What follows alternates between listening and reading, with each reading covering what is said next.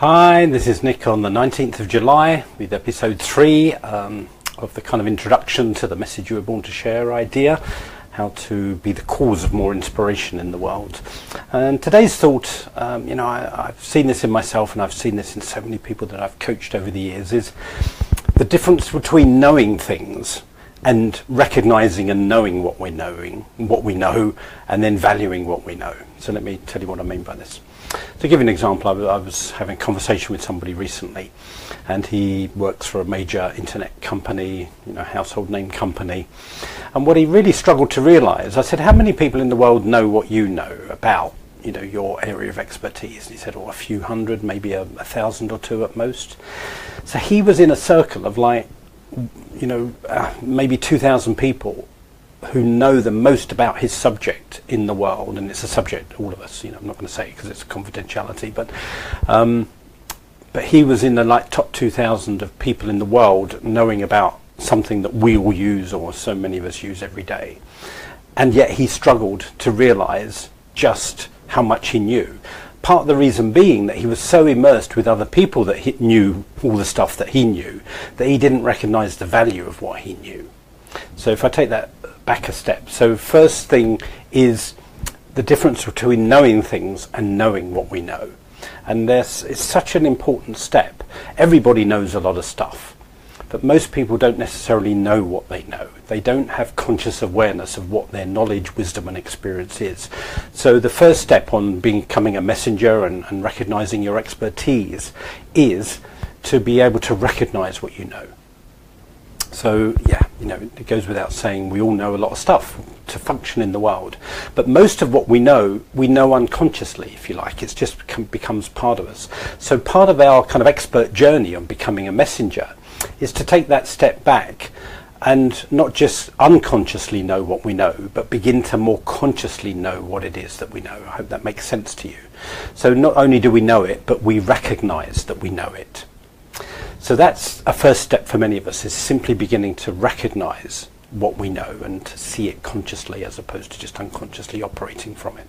And then the second step is to recognize the value of what it is that we know. And again, most of us even when we become conscious of it, we go through some kind of process, and here's a process I've seen myself go through and so many other people go through.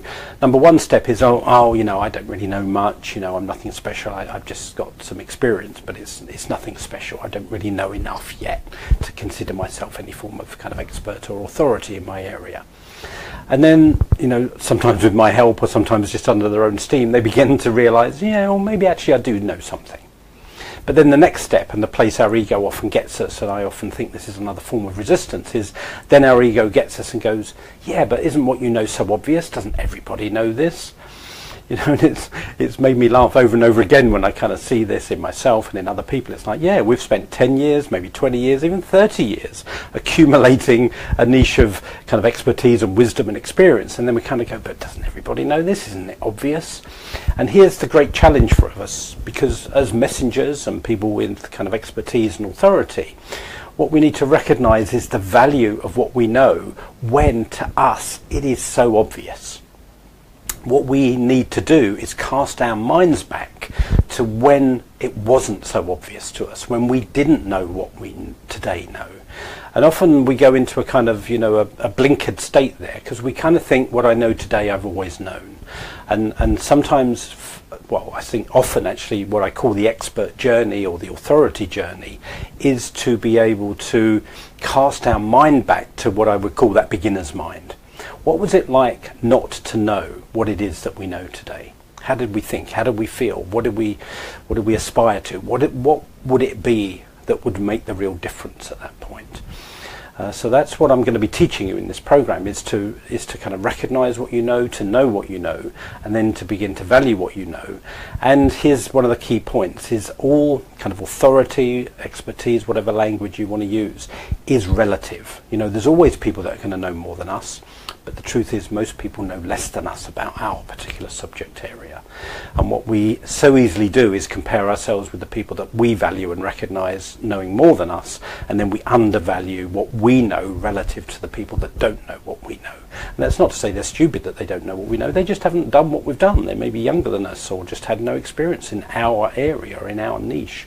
So therefore it's inevitable that we would know more than them. So, you know, it's recognising that what we do know relative to people that would love to learn what we know. So that's part of what I'm going to be doing on this program, is helping you go through that process of not just knowing things, but recognising what you know, being aware of what you know, and then putting value to what you know relative to people that would love to know what you know.